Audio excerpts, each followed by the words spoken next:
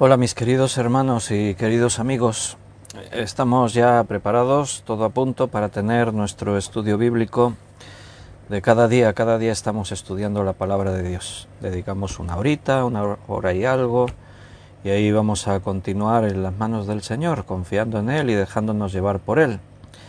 Hoy vamos a seguir estudiando Efesios, hoy vamos a empezar el capítulo 5 de Efesios, así que los hermanos que estáis ya preparados para el estudio bíblico, podéis ir abriendo vuestras Biblias en esta epístola en la que ya llevamos varias semanas estudiando. Hemos llegado hasta este capítulo 5 que hoy empezamos, hablando de, el tema principal es los verdaderos creyentes, aquellos que realmente han nacido de nuevo, que forman parte de la Iglesia, la verdadera Iglesia del Señor. Y lo último que estábamos viendo era acerca de no contristar al Espíritu Santo. Y ahí vamos a retomar. Lo primero es orar, vamos a hacer una oración para pedirle al Señor que Él nos dirija y empezamos a ver qué es lo que Dios nos quiere decir. Vamos a orar. Padre, muchas gracias por poder estar juntos un día más alrededor de tu palabra. Quiero pedirte que tú nos guíes, Señor, que todo lo que vayamos a hablar en este tiempo venga de ti y sea para edificar a tu iglesia. Presentamos nuestras vidas en tus manos, no podemos confiar en nosotros mismos, no podemos hacer esto sin ti. Te necesitamos, sin ti, como dice tu palabra, nada podemos hacer. Y por eso confiamos, Señor, que tú nos vas a ayudar. Tú eres fiel y tú sigues la obra que has empezado en nosotros. Te ruego una bendición especial por todos mis hermanos. Tú sabes las necesidades de cada uno. Y que tu palabra le hable a cada uno en particular según tienen que escuchar. Gracias por todo y descansamos en ti este tiempo. Te lo pedimos en el nombre de nuestro Señor Jesucristo. Amén. Amén, queridos hermanos. ¿Tenéis preparado Efesios, capítulo 5? Ahí vamos a comenzar, después de haber visto la parte final de este capítulo 4, de lo que significa vivir vestido del nuevo hombre, lo que significa vivir como cristianos. Pues ahí vamos a meditar. Hay hermanos que han escrito en este chat el vídeo en directo. Benito ha escrito, buenas tardes. Benito, Miriam, buenas tardes. Y Yoli y Gaby también, buenas tardes, bienvenidos, bendiciones a todos. María Luisa, buenas noches, María Luisa, bienvenida. Carmen, ya está preparadísima, dice Carmen, bendiciones. Bien, todos a punto. Vamos a leer capítulo 5 de la epístola a los Efesios. Vamos a leer del versículo 1 hasta el 8. Después ya vamos a ir viendo poco a poco la enseñanza de cada versículo, pero así vamos a ver todo el contexto. Versículo 1 al 8 del capítulo 5 de Efesios. Buenas tardes, Ana Karina también ha escrito, y Juan Vázquez, buenas tardes, bienvenidos a los demás que están conectados, los que verán el vídeo en diferido. Un abrazo para todos. Vamos a leer. Sed pues imitadores de Dios como hijos amados, y andad en amor, como también Cristo nos amó, y se entregó a sí mismo por nosotros, ofrenda y sacrificio a Dios en olor fragante.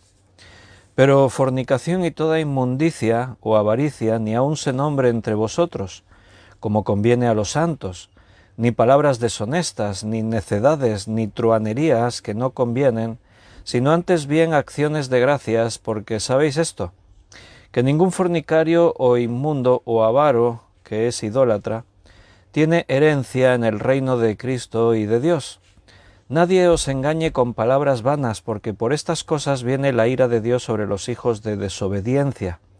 No seáis pues partícipes con ellos, porque en otro tiempo erais tinieblas, mas ahora sois luz en el Señor, andad como hijos de luz. Bien, los que escucharon el estudio del último día, el final del capítulo 4, se habrán dado cuenta que el tema continúa. No es que al cambiar de capítulo cambiamos de tema, No, el tema es la continuación. Estábamos hablando de lo que significa tener la vida en Cristo, vida nueva en Cristo, haber sido revestidos con el nuevo hombre, dejando atrás el viejo hombre. Es una forma de hablar para ilustrar que el acto de conocer a Jesucristo como tu Salvador produce un cambio radical en la vida de la persona. A partir de que Cristo se convierte en tu Salvador, cuando eres sellado con el Espíritu Santo, algo ocurre. Y eso que ocurre no es susceptible a depender de circunstancias de la vida. No, lo que ocurre, ocurre. Y si eres cristiano, si eres hijo, eres hijo. A partir de ese momento nunca más cambiará tu condición. Por eso hablamos así, el viejo hombre muere, nace un nuevo hombre. Nos despojamos de lo viejo, nos vestimos de lo nuevo. Ahora estamos sellados por el Espíritu Santo. Ahora son nuevas todas las cosas. Pablo lo describe muy bien cuando dice, las cosas viejas pasaron, he aquí todas son hechas nuevas. Si alguno está en Cristo, ocurre así. Entonces, aquí se está desarrollando el tema de lo que significa ahora ser cristiano. Es un poco ese tema que está extendido también a lo largo del Nuevo Testamento en diferentes pasajes. Santiago habla de una forma, desde una perspectiva muy especial en cuanto a plantear que la fe se demuestra por las obras.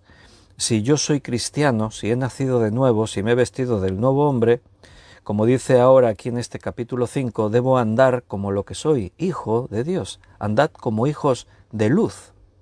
No puede ser que yo diga soy cristiano y no haga las obras de Dios, como le pasaba a los fariseos cuando Jesús habló con ellos. Y Jesús les dijo, vosotros sois de vuestro padre el diablo. Y ellos dijeron, nosotros somos hijos de Abraham, nuestro padre es Abraham. Y entonces ese fue el argumento de Jesús. Si fueseis hijos de Abraham, las obras de Abraham haríais, las obras de Dios haríais. Pero vuestras obras no son las de Dios, son las obras del diablo. Si no, ¿cómo explicas que aquellos que decían somos hijos de Abraham, hacemos las obras de Dios, matasen a los profetas que Dios enviaba para traerles la palabra? No puede ser. No tiene ninguna lógica ni ningún sentido. Es evidente que a veces los hombres podemos creer una cosa y estar muy equivocados, como dice aquí en el Nuevo Testamento la palabra, que hay caminos que al hombre le parecen derechos, pero cuyo fin es camino de muerte. Aquí no se trata de que a mí me parezca. Tengo que tener la seguridad de que lo que yo creo, lo que vivo, es lo que dice Dios en su palabra. Porque si es mi criterio, si es lo que a mí me parece, está bien, es respetable, pero es mi criterio. Otro hombre tendrá otro criterio, otro tendrá otro, cada uno tiene el suyo. Pero ¿dónde está la verdad?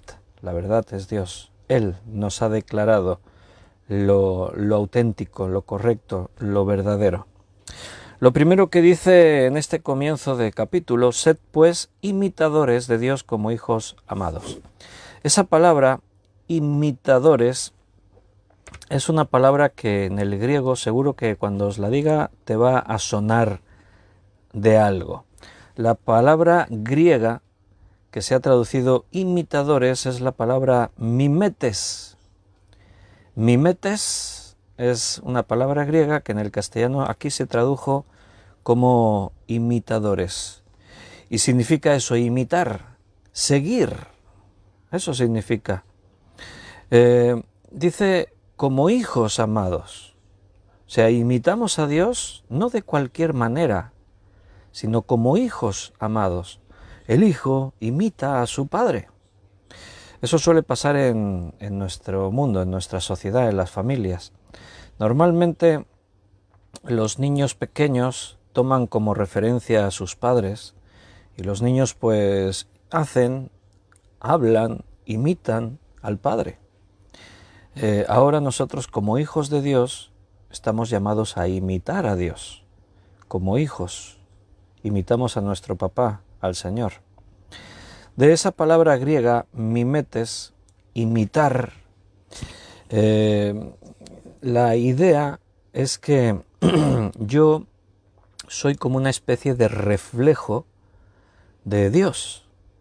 O sea, la gente cuando me mira a mí, me observa a mí, tienen que ver el carácter de Dios en mi vida. Cuando las personas te conocen, te oyen, te ven enfrentarte a dilemas, cuando observan que tomas decisiones, cómo reaccionas ante las situaciones diversas que la vida nos pone en el camino, cuando tú haces todo eso, la gente te observa y lo que la gente tiene que ver no es al viejo hombre, ese viejo hombre que hablaba de una forma, que reaccionaba perdiendo el dominio propio, que manifestaba el miedo, las dudas y... No, ahora lo que los demás tienen que ver es Dios en tu vida. El Señor se tiene que hacer grande en nosotros. Por eso Pablo decía, ya no vivo yo, mas vive Cristo en mí. Esa es la idea. Que yo mengüe y que Cristo crezca. Que su carácter se vaya desarrollando en nosotros. El otro día hablábamos de ser llenos del Espíritu Santo. Si contristamos al Espíritu, el Espíritu ya no toma el control en nosotros. Somos nosotros, nuestra naturaleza, y nuestra naturaleza ahora tiene todavía un conflicto, y es que tenemos una parte que es espíritu y otra parte que es carnal. Y como dicen Gálatas, las cosas del espíritu y las de la carne se oponen entre sí, es como una guerra, hay una lucha constante. Esa lucha que Pablo estaba manifestando en Romanos capítulo 7, que por un lado en el hombre espiritual quería agradar a Dios, obedecer a Dios, servir a Dios, pero en su carne era débil y dice, veo una ley que hay en mi carne, la ley del pecado, que me lleva a hacer lo que no quiero. Pero si lo haces, será porque quieres. Sí, la carne quiere, el espíritu no quiere. Ahí está ese gran dilema.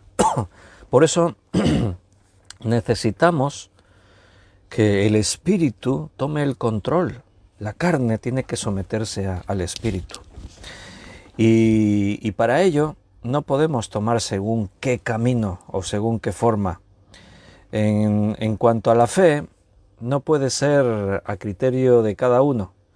Dios no nos ha dado una forma de vida a gusto del consumidor. La iglesia es la iglesia no está ahí para contentar a la gente, sino para que la gente se encuentren involucrados en el cuerpo, como miembros todos, pero a las órdenes de la cabeza, que es Cristo. Todos tenemos que someternos al Señor, a la autoridad, y sentirnos parte los unos de los otros, sentir la bendición que viene del Señor para cada uno. Lo que vinimos a hacer cuando decimos que nos convertimos, cuando uno dice, yo me convertí en el Señor, es el comienzo. A partir de ahí hay todo un proceso. Yo me convierto, creo en el Señor, dejo cosas, tomo cosas nuevas. Ese es el comienzo. Ahora cada día es un reto. Cada día tenemos que seguir avanzando, creciendo. O sea, la vida del creyente jamás se puede quedar estancada. Siempre tiene que ser un proceso, siempre tiene que haber un crecimiento.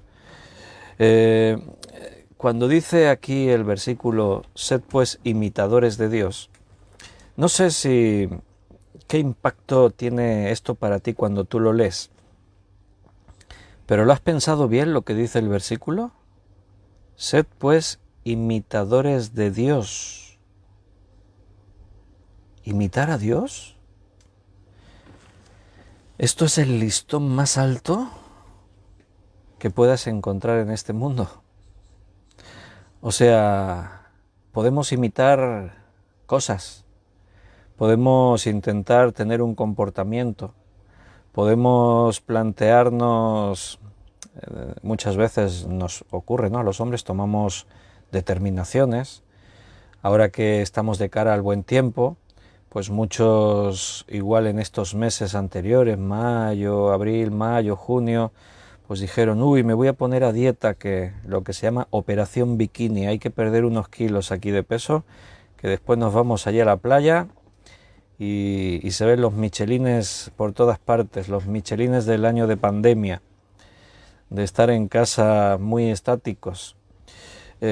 Tú tomas una determinación, voy a hacer dieta, voy a hacer régimen, tú tomas determinaciones en tu vida, me voy a apuntar al gimnasio, voy a tomar unos hábitos más saludables de alimentación, voy a tomar un hábito de lectura, quiero mirar menos pantallas y leer más literatura. Te puedes proponer hacer cosas que tú crees que son saludables para ti, pero piénsate por un momento lo que dice el versículo 1. Sed pues imitadores de Dios. Yo la primera vez que leí este versículo y me paré a pensar un poco en ello, wow, se me hizo grandísimo, se me nublaba la vista. ¿Imitar a Dios? ¿Cómo imitar a Dios? ¿Pero eso es posible para nosotros los hombres? Somos mortales. Míralo como somos, con nuestros defectos, con nuestras taras. ¿Imitar a Dios? ¿Eso se puede hacer? ¿Cómo puedo imitar a Dios? Esa palabra griega que hemos dicho, mimetes, viene de una palabra griega mimesis, que los sabios griegos ponían en práctica. Sus alumnos los imitaban a ellos, o sea, los discípulos imitaban a los sabios. No solamente escuchaban la información, la enseñanza que les daban, sino que ellos también imitaban su conducta, su forma de vivir, hasta sus gestos, sus hábitos. O sea, trataban de parecerse lo máximo posible a su maestro. Y esa es la misma palabra que aquí se está dando. Hay una teoría, después viene la imitación, y todo esto tiene que ver con la práctica. O sea, yo observo, para imitar a alguien tengo que conocerle, tengo que observarle, evidentemente, si no, ¿cómo lo vas a imitar? Para imitar a Dios tienes que empezar por conocerle muy bien. ¿Cómo se comporta Dios? ¿Cómo actúa Dios? ¿Qué haría Dios en esta circunstancia en mi vida? Cuando tú conoces a Dios, pregunta cómo podemos conocer a Dios así tan íntimamente, a través de su palabra, no hay otra forma. Tú puedes conocer a Dios contemplando la naturaleza, pero lo que conoces de Dios al contemplar el poder de la naturaleza es una parte muy pequeña. O sea, tú contemplas la naturaleza y conoces que Dios es poderoso, que Dios es creativo, que Dios es inteligente, pero la palabra de Dios nos lleva a la intimidad de Dios, a conocer su carácter, a qué piensa Dios y cómo reacciona ante el pecado, qué significa creer en Él, cómo tenemos que confiar en Él, la fe. Todo eso solamente lo podemos conseguir a través de la palabra de Dios, de ahí que es tan importante que la estudiemos, que la meditemos cada día. Para imitar a Dios tenemos que conocerle. Para poder conocerle tenemos que llenarnos de la palabra de Dios. Recuerda que si has creído en el Señor ya estás sellado con el Espíritu Santo, tienes el Espíritu Santo dentro de ti y eso ha hecho posible que podamos conocer a Dios en otro nivel. El apóstol Pablo planteaba un dilema, decía, bueno, ¿quién conoce las cosas de Dios sino el Espíritu que está en él? ¿Quién conoce tus cosas sino el Espíritu que está dentro de ti? O sea, nadie conoce mejor tu pensamiento, tus emociones, lo que tú eres, sino tu propio espíritu. Entonces, el Espíritu de Dios lo conoce todo de Dios. Y ahora el Espíritu de Dios mora dentro de nosotros. Es fácil entender, por lo tanto, que si el Espíritu Santo llena nuestra vida y tiene una perfecta comunión con nuestro espíritu, si no ocurre lo que decíamos el último día, si no has contristado al Espíritu Santo, el Espíritu Santo está activo en tu vida. Entonces, el conocer a Dios alcanza una nueva dimensión. El Espíritu da testimonio a nuestro espíritu, dice, de que somos hijos de Dios. Uno a veces puede tener dudas. ¿Yo realmente he creído en Dios? Víctor a veces predica y me deja ahí con dudas. ¿Estás seguro de tu salvación? Ay, no sé, ¿estoy seguro de mi salvación? ¿De verdad soy salvo? Bueno, cuando yo predico sobre eso, no es para que te surjan las dudas, es para que estés seguro. Que nadie se engañe y crea que está en el camino y después resulta que tomó la dirección contraria, ¿verdad? Entonces, ¿cómo sé que soy hijo de Dios? Bueno, el Espíritu da testimonio a tu espíritu de que eres hijo de Dios. Pero tenemos también la palabra. Tú no puedes decir yo soy hijo de Dios porque formo parte de una religión.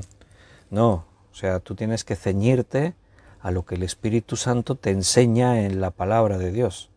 Eres hijo de Dios cuando has hecho lo que la Biblia dice, has escuchado el Evangelio, has creído en el Evangelio, has confesado tus pecados, has tomado la determinación de dejar que Dios cambie tu vida, etc. Entonces tú eres hijo. El Espíritu dice que nos enseña cómo tenemos que orar, cómo tenemos que pedir. Cuando el Espíritu Santo toma control en tu vida, entonces estamos preparados para imitar a Dios. Hay un libro por ahí que se titula En sus pasos. Yo creo que lo tengo ahí por la biblioteca. Mira, si lo tengo aquí. Este libro, En sus pasos, habla de... es novela, es una historia inventada. A ver si lo puedo sacar, que tengo aquí un montón de trastos delante. Así os enseño la carátula por si lo podéis encontrar. Es de la editorial CLIE. Mira, es este. A vosotros os sale el título como viéndolo en un espejo porque tengo la cámara girada hacia mí. Pero pone En sus pasos, ¿qué haría Jesús? ¿Vale? Es editorial CLIE, no sé si todavía estará en stock y existe. En ese libro se cuenta la historia de una serie de personajes que se proponen imitar a Dios. Se proponen tomar las decisiones del día a día bajo una pregunta, bajo una perspectiva. O sea, vamos a tomar decisiones preguntándonos ¿qué haría Jesús? Por eso en el título aparece eso, En sus pasos. ¿Qué haría Jesús? Vamos a tomar las decisiones preguntándonos Jesús en mi lugar, ¿qué haría ante esta circunstancia? Y se reúnen un grupo de hermanos de una iglesia y hacen un pacto de hacer un seguimiento, periódicamente reunirse, hablar, estar en contacto y de esa forma apoyarse unos a otros en esta decisión.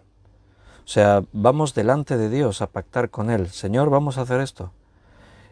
Cada día en nuestras decisiones cotidianas nos vamos a preguntar ¿qué harías tú en nuestro lugar? Y nos comprometemos contigo en hacer lo que tú harías en nuestro lugar.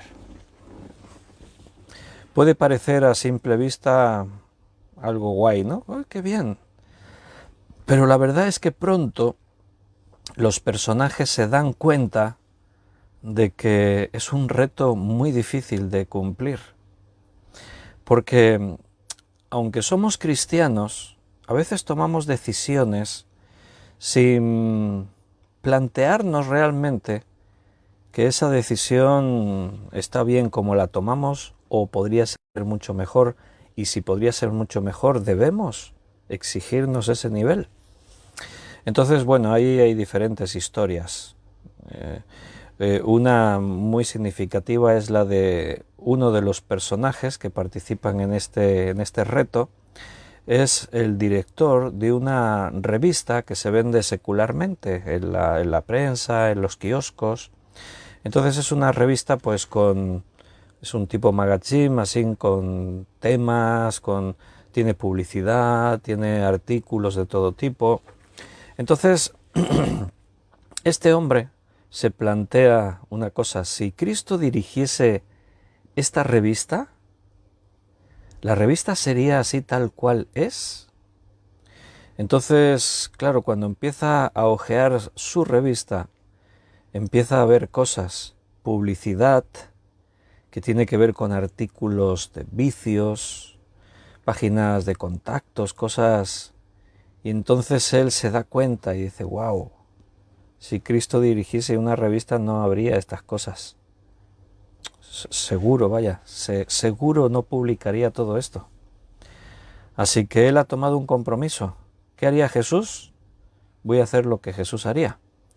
Entonces reúne a su equipo al equipo de dirección de la revista.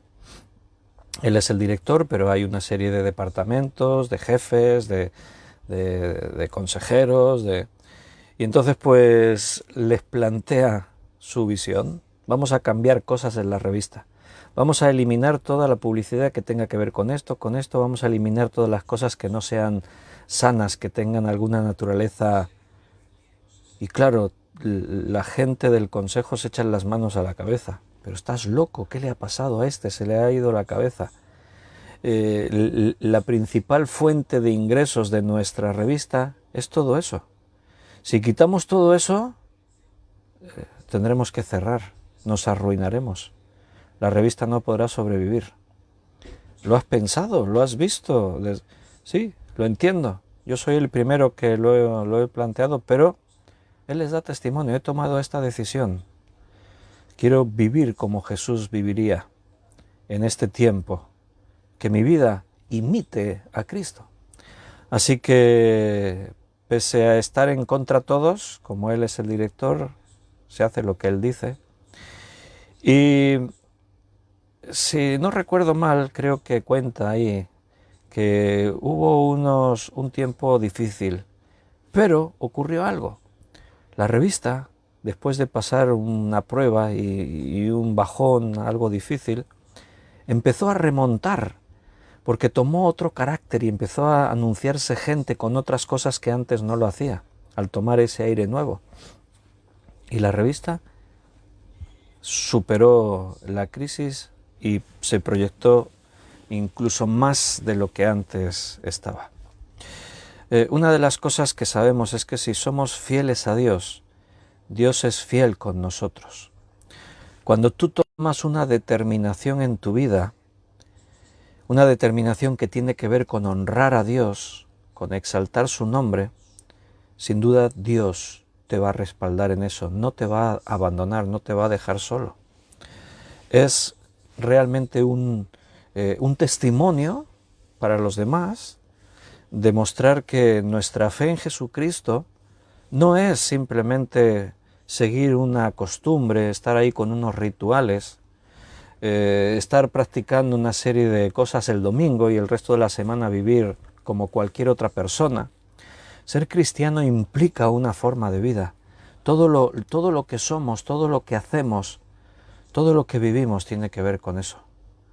Entonces, cuando tomamos estas determinaciones en nuestra vida, de que lo que decimos que somos realmente entre a formar parte de nosotros, es el mayor testimonio que podemos dar a la gente que nos rodea.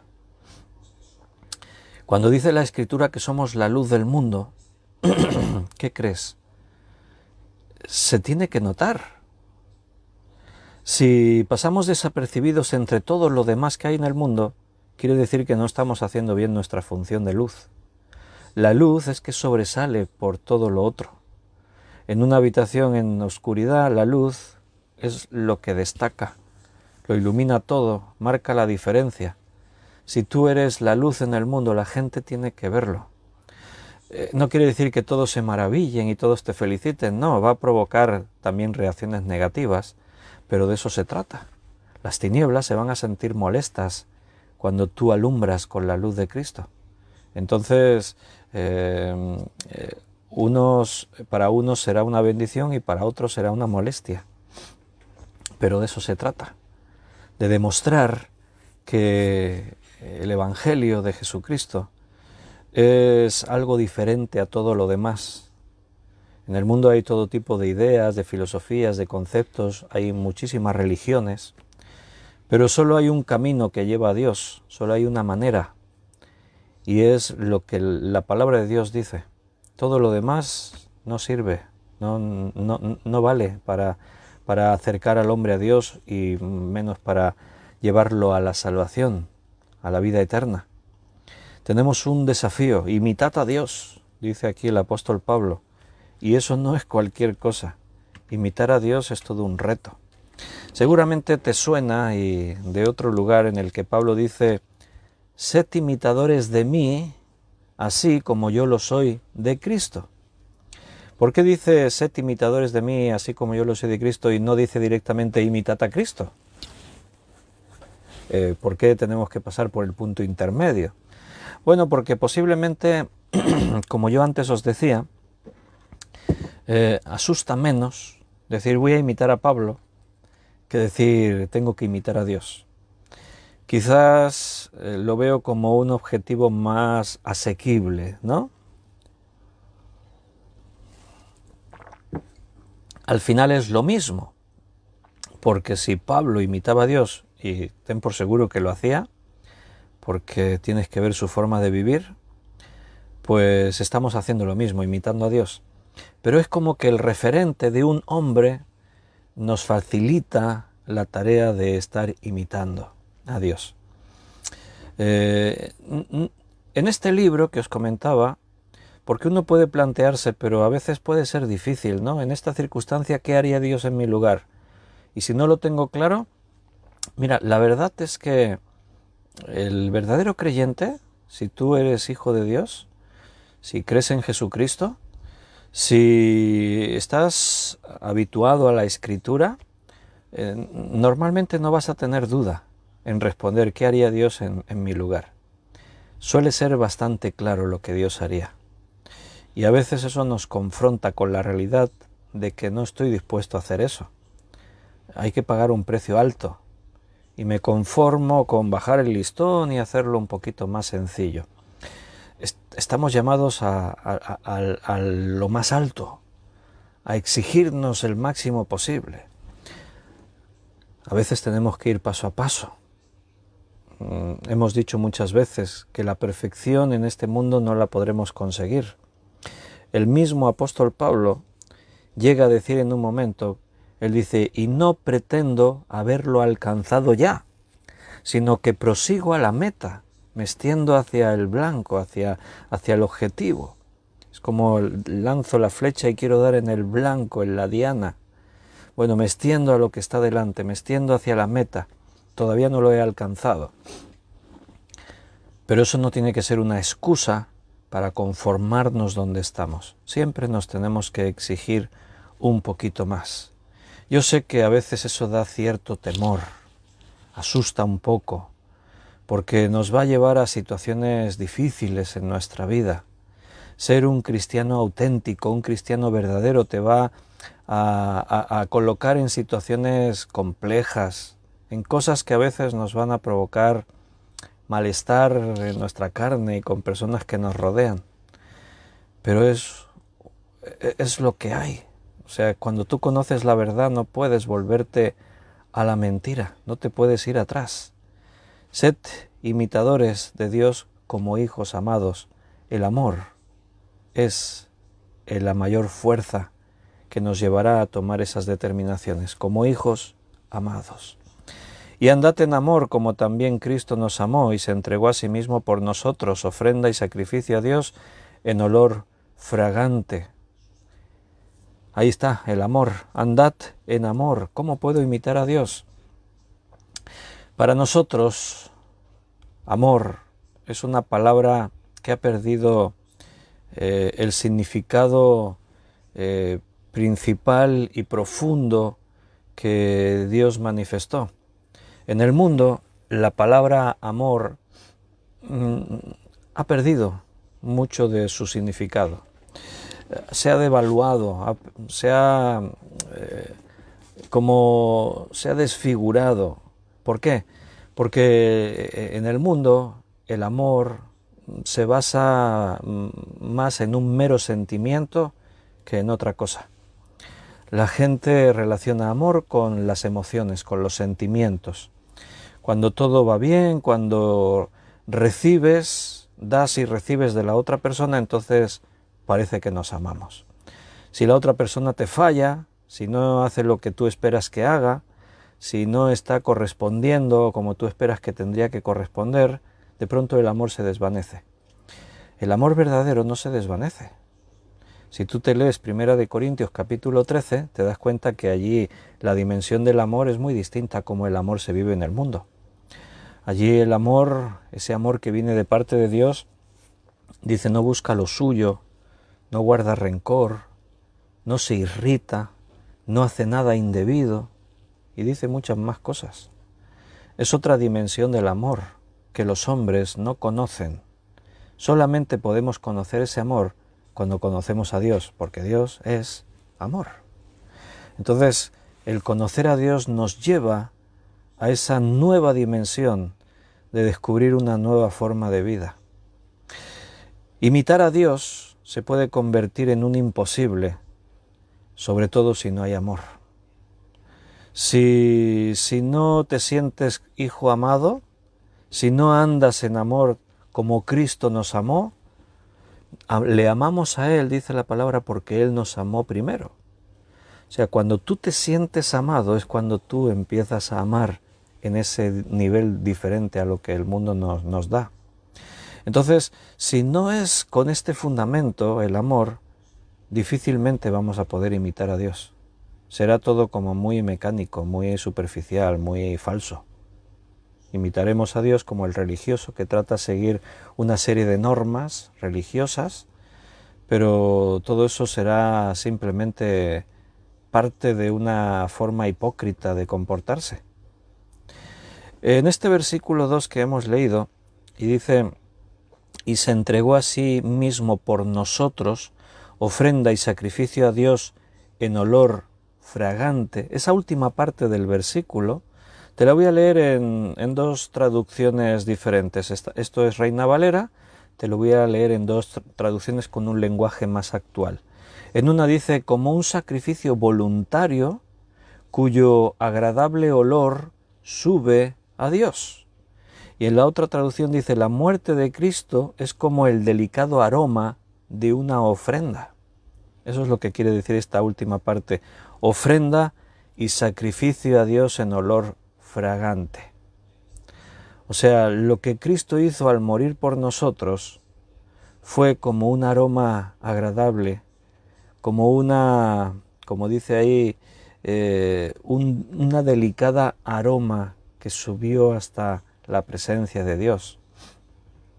¿Por qué a Dios le agradó tanto que su Hijo muriese en la cruz? Puede parecer así un poco chocante, ¿no? Si tú ves a tu Hijo sufrir como sufrió Jesucristo, ¿cómo puedes decir, esto para mí es como un olor fragante, esto me alegra, me satisface? A veces las cosas de Dios a los hombres nos dejan un poco así fuera de lugar, nos trastornan y pensamos, ¿cómo? Ay, ahora no acabo de entender. Claro, es que si entendiésemos todo de Dios, pues querría decir que Dios es mucho más pequeño de lo que es. Dios es tan grande que es normal que a veces nos quedemos desconcertados a la hora de comprender a Dios. Pero cuando meditas un poco sobre el tema, entonces te das cuenta, entiendes. ¿Por qué a Dios le agradó tanto el sacrificio de Jesucristo? Por el acto de obediencia y de amor que Cristo hizo. Padres que tenéis hijos, es lo mismo cuando tú ves a tu hijo que hace una acción correcta, cuando toma una determinación negándose a sí mismo y haciendo algo por los demás, eso te satisface. Te deja diciendo, wow, me gusta que mi hijo se haya comportado así. Me acuerdo una vez, hace ya muchos años, cuando nuestra hija mayor, Raquel, ella era pequeñita, tendría como 3 años, era muy pequeñita, y habían aquí en el pueblo, había como una feria, no sé qué es lo que había, y entonces ella pues tenía un globo, no sé si los daban o lo compramos en la feria, no recuerdo, iba con un globo de estos que tienen gas dentro y los llevas colgado de un hilo, Y entonces flota el globo, ¿no? Y ella iba tan contenta con su globo, ¿no? Y entonces íbamos andando por la calle y nos cruzamos con una familia que venía con un niño pequeño, un poco más pequeño que ella, creo que era. Y entonces el niño se quedó así mirando el globo de Raquel, así, con la cara toda sorprendido. Oh, un globo, así de estos que flotan, ¿no? Oh, se quedó así. Y Raquel se quedó así delante del niño mirándolo y espontáneamente extendió su mano con la cuerdecita del globo y le dijo, para ti. Y se lo dio. ¿Te puedes creer que mi primera reacción fue como querer decir, no, no se lo des? Te quedarás sin globo tú. Pero fue solo el instinto de la carne. Inmediatamente nos quedamos así parados y nos alegró ese gesto. Dijimos, muy bien Raquel, felicidades, has hecho una buena cosa. Nos alegró. ¿Por qué? Porque lo que hizo fue un gesto altruista, fue una demostración de vencer eso que forma parte del carácter humano, que es el egoísmo, el que esto es mío, es todo para mí, el no compartir nada con los demás. La teoría de muchos padres es que les enseñan a sus hijos a compartir. Tienes que aprender a compartir con los demás. Pero los propios padres después le enseñan lo contrario. No, es que esto es mío. No, esto no lo podemos dar. No, es que esto no se puede. Bueno, los padres cristianos tienen que enseñar a sus hijos a desprenderse a veces de cosas para darlas a otros. Tiene que tener ese carácter altruista de entregarse por los demás. Cuando Dios, el Padre, piensa que el sacrificio de Jesús no fue una cosa que decidió el Padre, la decidió Dios. Dios, el Padre, el Hijo y el Espíritu Santo. Las tres personas de la Trinidad tomaron esa determinación, decidieron que iban a crear al hombre, sabían que el hombre pecaría y sabían que había que hacer algo para solucionar eso. O sea, era necesario, ¿por qué? Porque el hombre tenía que ser libre. Si queremos crear a un hombre a nuestra imagen, conforme a nuestra semejanza, ese ser tiene que ser libre, tiene que tener la capacidad de escoger, de decidir. Dios es amor, el principio del amor tiene que estar presente. O sea, si Dios quiere crear un ejército de robots que le obedezcan a sus órdenes sin fallar en nada, evidentemente entonces no va a crear hombres como nosotros, con conciencia propia, con libertad para escoger, con la capacidad de amar o de odiar. Entonces Dios toma esas decisiones y para poder crear al hombre en ese formato, de esa manera, sabiendo que va a pecar, también piensa en la solución. Entonces, si la paga del pecado es muerte y el hombre peca, tiene que morir. ¿Cómo solucionamos esto? Entonces Cristo se ofrece y dice, yo me haré hombre, moriré en el lugar de los hombres para que la deuda del pecado ante la justicia quede satisfecha. Entonces, en la eternidad, en ese nivel insondable para nosotros de la mente de Dios, Dios, Padre, Hijo y Espíritu Santo toman esas decisiones. Deciden crear todo, deciden crear al hombre y ponen en marcha el plan de la redención. Entonces es una decisión unánime. Pero cuando Cristo nace como hombre. No viene como Dios todopoderoso, omnipresente, soberano, etc. No, viene como hombre. Y como hombre, Cristo tuvo que aprender. Y entre otras cosas, dice la Biblia que aprendió obediencia. Cuando él era un bebé no era consciente de que moriría en la cruz. Él empezó a crecer y llegó un momento en el que tomó conciencia de quién era y para qué había venido. Y él acepta todo. Él decide someterse a lo que Dios había determinado. Y ahora como hombre, Él tiene una cabeza que es el Padre. Él se ha hecho hombre, el Padre sigue siendo Dios. Entonces Él se somete a todo al Padre. Ahí hay profundidad y hay cosas difíciles de entender. El propio Pablo habla en relación de estos temas como algunos misterios. Sin duda, como os decía antes, si conociésemos todo de Dios, entonces no estaríamos hablando de un Dios tan grande. Pero hay muchas cosas de Dios que nos son desconocidas o nos son incomprensibles. Pero Cristo obedece y se convierte en el Hijo obediente que se niega a sí mismo y se da del todo por amor a los demás. Y esto le agrada al Padre, porque Dios es amor. Y la ofrenda de Cristo sube hasta su presencia como un olor agradable. ¿Y esto qué tiene que ver con nosotros? Dirás. Está bien, ahí en el versículo 2. No te olvides que estamos en un contexto donde la palabra de Dios dice: sed pues imitadores de Dios como hijos amados. E inmediatamente el texto nos habla del Hijo amado que fue Jesucristo. ¿Y qué es lo que hizo? Se entregó a sí mismo por nosotros, ofrenda y sacrificio en olor fragante. Dicho de otra forma, imitad a Dios. Mira, Cristo se entregó por nosotros. ¿Qué crees que tenemos que hacer nosotros? Respóndeme tú. Entregarnos por los demás. Eso es lo que está diciendo el texto. Que nos sacrifiquemos por los demás. Mira, ser cristiano no es ir 2 horas a la semana, el domingo, a la iglesia. Y después ya vivo mi vida. Eso no es ningún tipo de sacrificio. Sí, es que a mí me cuesta mucho porque el domingo por la mañana me levantaría más tarde y olvídate, eso no es un sacrificio. Irse 2 horas el domingo a la iglesia, si hasta no lo pasamos bien ahí, vemos a los hermanos, cantamos y estamos... Eso no es un sacrificio. Imitar a Dios es más que eso.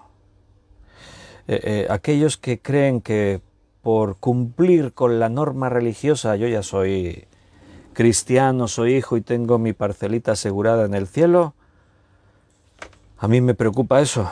Cada uno tiene que ver dónde se encuentra y saber realmente en qué crees y cómo crees. Mira, hay hermanos que se vuelcan totalmente cuando saben que hay un hermano sufriendo. Hay otros que parece que les da igual. Cuando tú ves a tu hermano sufrir y te implicas con él, lo más cómodo es decir: oh, pobrecito, ya oraré por él. A veces ni se ora. Eso es lo más cómodo. No es agradable meterte en el problema del hermano, perder el sueño, pasar horas pensando en él. No es agradable sentirse mal. Hay gente que quiere huir del sufrimiento y tratan de evitar cualquier circunstancia que nos haga sufrir. Pero cuando tu hermano sufre, es inevitable sufrir con él. ¿Por qué? Porque tenemos el principio del amor. Sacrificarse es hacer esos gestos por los demás, darse a los demás, entregarse totalmente por los otros. Hace unos días estábamos compartiendo con todos, la iglesia y todos, estábamos compartiendo una necesidad. Decíamos, necesitamos en la iglesia, aquí nuestra local, comprar un ordenador nuevo, porque lo que tenemos son ordenadores de estos que se quedan inservibles por las casas y se están utilizando ahí en la iglesia para para intentar llevar adelante todo el tema multimedia, todo lo que tiene que ver con internet y con todo. Yo los estudios los retransmito desde casa con el teléfono, ¿no?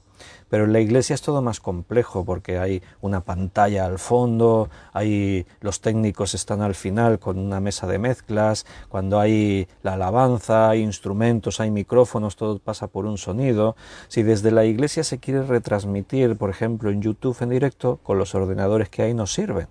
Cuando tenemos un invitado como el otro día, Antonio Cruz, que traía su ordenador y quería pasar el PowerPoint, tuvimos problemas ahí de conexión.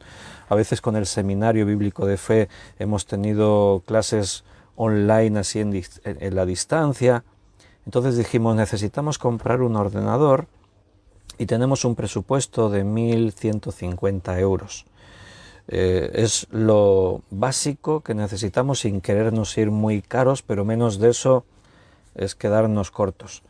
Entonces dijimos, si los hermanos queréis colaborar, porque las ofrendas que se recogen cada semana en la iglesia van justas para cubrir los gastos que suele haber fijos, de pagar alquileres, de pagar luz, agua, internet, en fin, todo lo básico, ¿no?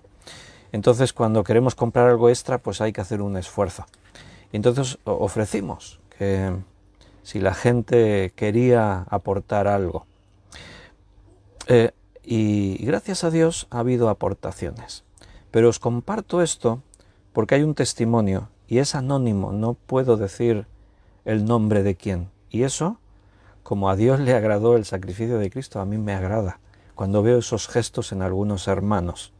Ha habido un matrimonio de unos hermanos que han dicho, nosotros compramos el ordenador. Compradlo y nosotros lo pagamos, ponemos el dinero. Y hablando con ellos, yo les dije, bueno, pues vuestra generosidad me bendice. Y me respondieron, no, pero es que es lo que tenemos que hacer. En los Hechos de los Apóstoles, los hermanos compartían las cosas que tenían. Mira, nuestros ordenadores están viejos y necesitaríamos cambiarlos, pero nuestro ordenador nos bendice a nosotros. Si hacemos esto y compramos un ordenador para la iglesia, bendecirá a muchos. Y yo les dije, bueno, pues, aunque está, pero a mí me bendice y es un ejemplo de generosidad. O sea, es un gesto que realmente a mí me reta a tener que esforzarme más. Porque esos hermanos están haciendo un sacrificio. O sea, hacer un sacrificio, repito, no es ir 2 horas el domingo a la iglesia. Ya está. No, eso no es un sacrificio. Hacer un sacrificio es negarte en lo tuyo, en lo que tienes, y ya no hablo solo de dinero, hablo de tu tiempo, hablo de tu dedicación, hablo de lo que a veces se nos plantean necesidades y pensamos o simplemente miramos hacia otra parte. Hace meses, con todo esto del COVID, en todos los lugares hemos tenido familias con dificultades, familias que perdieron el trabajo, ha habido muchos problemas. Y recuerdo que en nuestra iglesia algunas familias también con problemas, y me acuerdo que me conecté, a veces me conecto en reuniones de oración con hermanos de diferentes iglesias de España o incluso del mundo, y me conecté con unos hermanos de unas iglesias aquí en España en una reunión de oración. Y entonces estaban ahí compartiendo temas y a mí me preguntaron, Víctor, ¿tienes algún tema que te gustaría que orásemos? Y le dije, bueno, aquí en la iglesia pues sí tenemos algunas necesidades, estamos orando, y les mencioné una de estas familias, estamos orando por esta familia que tienen estas dificultades. Pues vamos a orar por todo eso, y estuvimos orando. Y eso es un gesto, ya eso es un sacrificio. Dejo de estar mirando la tele, dejo de estar atendiendo lo mío y voy a invertir este tiempo para que oremos juntos por estos problemas. Hermano, si tú estás en problemas y sabes que hay gente orando por ti, eso te va a bendecir, porque la oración también tiene poder. Pero la cosa no se quedó ahí. Después me escribe una persona anónima también. Lo bueno es eso, que el que da dice que quede entre nosotros, es anónimo. Ese es un gesto, eso viene de Dios. Y una persona me dijo, esto es anónimo, que nadie lo sepa, pero dime de qué manera te puedo hacer llegar 500 euros para ayudar a esta familia. Entonces yo pensé, wow, y le dije, gracias por tu generosidad. Claro, decirle yo gracias por tu generosidad, no me están dando el dinero a mí como lo del ordenador, el ordenador no es mío. Yo digo gracias por tu generosidad porque es gracias por tu testimonio, por tu gesto, porque a mí me bendice. A mí me alienta, me muestra que el Espíritu de Dios obra entre nosotros. Entonces yo le di el número de cuenta de la iglesia y esta persona hizo una transferencia y recibimos el dinero y nosotros le hicimos llegar el dinero a esa familia. Que si está escuchando, pues esa familia ya sabe que eso fue así. Eso es imitar a Dios. Negarnos a nosotros mismos, porque en estos casos, esas personas, yo os he contado dos testimonios y podíamos seguir dando testimonios. Esas personas renunciaron a algo suyo en favor de una necesidad de la obra de la iglesia. Renunciaron a lo suyo.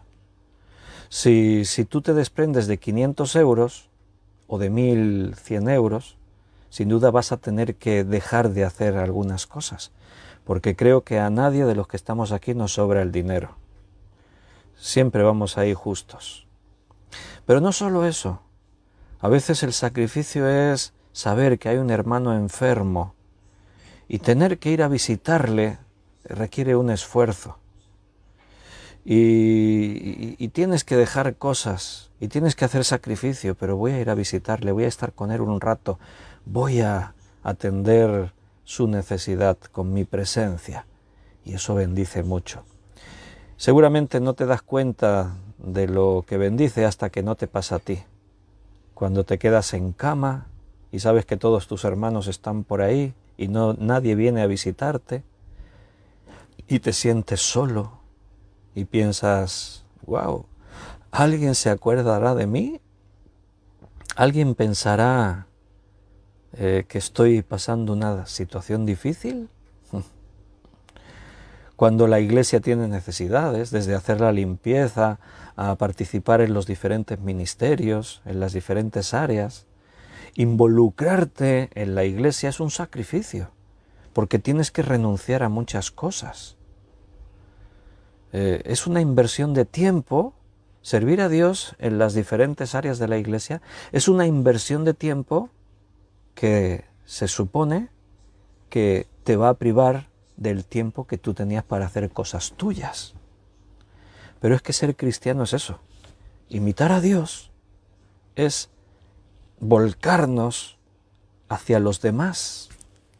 Cristo se entregó a sí mismo por nosotros, ofrenda y sacrificio a Dios en olor fragante. Al Padre esto le causó una gran satisfacción. Cuando el Padre te ve a ti en esos pequeños gestos, ¿qué crees? A Él le satisface, le agrada. ¿Y qué crees que pasa? Si yo veo a mi hija, a mi hijo, en esa actitud altruista de decir, mira lo que yo tengo, aquel niño no tiene, se lo voy a regalar. ¿Qué crees que el Padre hará? Recompensará a su hijo. ¿O no? Si yo veo a mi hijo egoísta, esto es mío, esto es mío, esto es mío, digo, pues quédate con eso que es tuyo. Tienes que aprender. Pero si yo veo a mi hijo con la capacidad de despojarse de algo que para él es importante, para bendecir a uno que no tiene, yo como padre después voy a recompensar a mi hijo. ¿Qué crees que hace Dios? Si tú eres egoísta con tu tiempo, con tus recursos, con tus dones, con lo que Dios te ha dado, los talentos que Dios te dio, si tú eres egoísta con eso, quédate con eso. Tendrás que aprender cosas. Pero si tú le demuestras a Dios tu capacidad de negarte a ti mismo y darte a los demás, a la obra, entregarte a la iglesia, ¿qué crees que hará Dios? Te recompensará, te bendecirá. Ese es un principio que está en la Escritura, en todas partes. Y es algo que tenemos que aprender. Ahora bien, no te entregues y no hagas cosas y no des cosas como una inversión, que a más de un cristiano les ha pasado eso. Ah, vale, pues yo le voy a dar a Dios para que Él me dé mucho más a mí. No, porque entonces sigue estando el principio egoísta. Entonces no sé cómo Dios va a actuar en ese caso, ¿entiendes? Aquí la motivación tiene que ser esa. Viene por tomar conciencia, es verdad, soy hijo amado, tengo que imitar a mi papá, tengo que imitar a Dios. ¿Y cuál es la máxima expresión del carácter de Dios? Su amor, su entrega por nosotros. Y andad en amor como también Cristo nos amó y se entregó a sí mismo por nosotros. Ofrenda y sacrificio en olor fragante. ¿Crees que Cristo estaba calculando el precio de su sacrificio? Ay, pero si me hago hombre y vengo y me entrego de esta manera, no podré tener una vida propia. Ni siquiera podré casarme y comprarme una casa y tener mi trabajo y mi tiempo de ocio y mi familia y pegarme unas buenas vacaciones. Es que hacer esto por la humanidad y aparte es que no se lo merecen. Él lo hizo sin que nos lo mereciésemos. Esto es un nivel muy alto. El listón aquí está, os lo dije al principio. No sé cuando lees estas cosas si te las piensas bien, pero decir, sed imitadores de Dios, eso es poner el listón altísimo. Y no quiero que os desaniméis, pensando, es que yo no voy a poder hacer eso, es que a mí me cuesta mucho, es que mis obligaciones, es que no te desanimes. Dios está en tu vida, la obra sigue adelante. Él va cambiando nuestra forma de pensar y nos va mentalizando. Termino recordando una historia. ¿Te acuerdas? ¿Habéis visto aquella película que se llama Carros de Fuego? Es una película de los años 80, creo, que cuenta la vida de varias personas, principalmente una serie de hombres que son atletas, son estudiantes universitarios en el Reino Unido, en Gran Bretaña, y ellos son atletas, están estudiando, se están preparando y son atletas, y también entre ellos hay algunos que son cristianos. Hay uno que es de una rama del cristianismo que creen que el sábado tiene que seguir guardándose sí o sí. Y sin entrar en ese dilema, porque hemos dado estudios y entendemos que la Iglesia de una forma sistemática dejó de guardar el sábado y empezó a guardar el domingo por el significado que tomó. Porque el caso de un día a la semana de reposo no tenía que ver tan exactamente con que tiene que ser el sábado, sino con que hay que descansar un día. Y los cristianos simplemente pues cambian y adoptan el domingo porque es el día que resucitó Cristo. Pero sin entrar en eso, hay uno de estos corredores que él cree delante del Señor que tiene que guardar y respetar el sábado como algo santo, algo sagrado. Y resulta que, bueno, él corre para ganar en las Olimpiadas, para ganar la medalla de oro. Y tiene posibilidades, muchas posibilidades de ganarla. Pasa todas las carreras de selección y llega a la final. Le queda la última carrera por correr. Y en esa carrera él tiene muchas posibilidades de ganar la medalla de oro. Es el sueño de todo corredor. Se ha preparado para eso. Ha invertido horas y horas y horas. Ha estado dedicando su vida a entrenarse y sacrificarse, en no comer esto, en tener un horario riguroso, en hacer un sacrificio tremendo para llegar a ese momento. ¿Y qué ocurre? Los que habéis visto la película ya sabéis de qué va. La carrera, la final, se juega en un sábado. Cuando lo anuncian, él mira a ver si pueden cambiarlo, pero no, evidentemente no se puede. La final se correrá en sábado. ¿Y qué hace? Él decide no correr. Porque él cree delante de Dios, repito, o sea, eso es un testimonio, indiferentemente que esté equivocado y que podía haber corrido porque el sábado y no sé qué, Cristo sanaba en sábado y enseñó y tal, pero dejando esa parte, ese hombre creía que honraba a Dios guardando el sábado y tomó una determinación negándose a sí mismo, porque su sueño era esa carrera, pero él, creyendo que así hubiese ofendido a Dios, decide no correr. Eso es sacrificio. Eso es negarse a uno mismo. Ese es nuestro reto, dar un paso más adelante, empezar a tomar decisiones, empezar a llegar a un nivel un poquito más alto de donde me encontraba. No te pido de la noche a la mañana, Dios trata con nosotros con paciencia, que des un salto al vacío. Si decides darlo y es por fe, tienes que saber que es del Espíritu Santo. Y si es del Espíritu Santo, adelante. Poco a poco, paso a paso, pero siempre hacia adelante, un poquito más allá. Amén. Hermanos, lo dejamos aquí, terminamos por hoy. Mañana martes estaremos en el local de reuniones, 7:30, con un tiempo de alabanza, y a las 8 en punto estaremos estudiando Hechos de los Apóstoles, un martes más. Así que si estáis por aquí cerca, venid, nos vemos y es una alegría. Si estáis en la distancia, en directo, a las 8 estaremos como todos los días por Facebook, para que también podáis seguir el estudio, y si no podéis en directo, pues en diferido.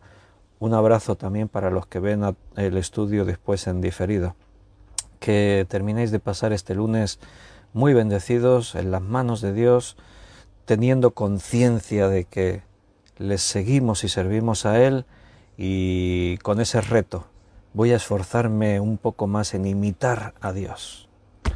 Un abrazo y hasta mañana, si Dios quiere.